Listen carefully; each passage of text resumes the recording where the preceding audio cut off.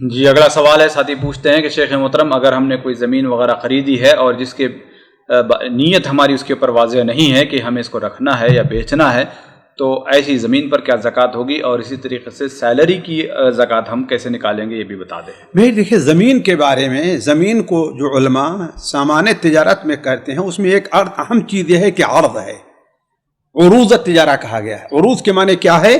یعنی وہ تجارت کے لیے خریدنے بیچنے اسے پیش کیا گیا ہے نا۔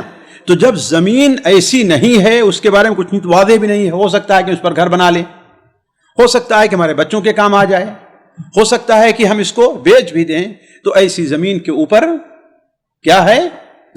ایسی زمین کو سامان تجارت میں شمار نہیں ہوگا، اس پر زکوٰۃ نہیں ہے، اس پر زکوٰۃ نہیں ہے۔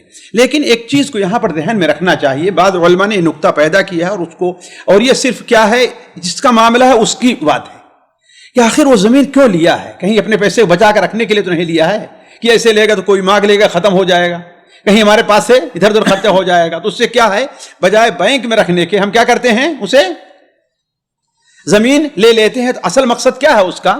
وہ اصل مقصد زمین نہیں ہے، گھر بنانا نہیں ہے، اصل مقصد کیا ہے؟ پیسے کو بچانا ہے۔ تو ایسی صورت میں اس کو زکوٰۃ دینا چاہیے۔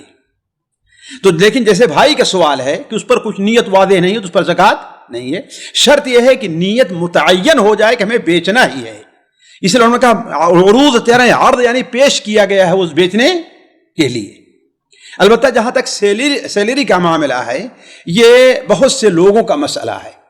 اس سلسلے میں مجھے ان علماء شیخ ابن باز وغیرہ کا یہ قول بہت پسند آیا کہ دو صورت ہے۔ ایک صورت تو یہ ہے کہ آپ ہر مہینے اس کا حساب لگائیں، آپ یعنی آپ کے اکاؤنٹ میں اتنے پیسے جمع ہیں جس پر زکوٰۃ واجب ہے، اور سیلری کو اس میں آپ اضافہ ہر مہینے اضافہ ہو رہا ہے۔ اس سے بعد لوگوں کی اچھی سیلری ہوا کرتی ہے کہ نہیں؟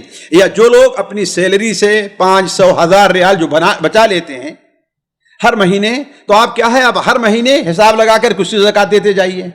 لیکن کیا ہے، یہ ایک مشکل کام ہے، ہر انسان کے لیے مشکل چیز ہے، یعنی محال نہیں ہے، انسان کر سکتا ہے۔ بعض لوگ فارغ ہوتے ہیں، ان کے پاس اور ڈیوٹی کے پاس اور کوئی کام نہیں رہتا ہے، صرف موبائل سے کھیلنا یا کہ کہیں ہندوستان پاکستان میں چائے کی دکان میں بیٹھ کر کے گپ شپ کرنا یہی رہ جاتا ہے نا۔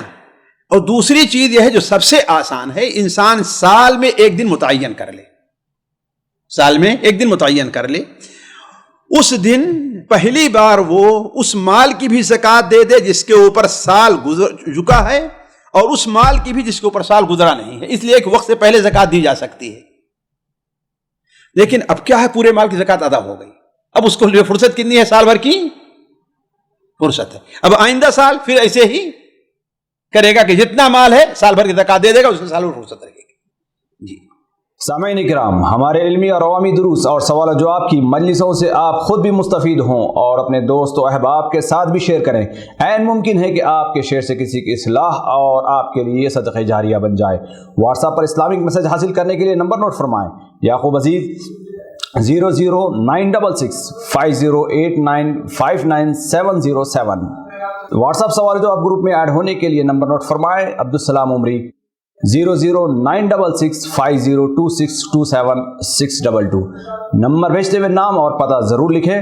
اسی طرح ہمارے یوٹیوب چینل اسلامی دعویٰ کو ضرور سبسکرائب کریں تاکہ ہماری ہر نئی اور اہم ویڈیو کی اطلاع آپ کو فوری حاصل ہو جائے۔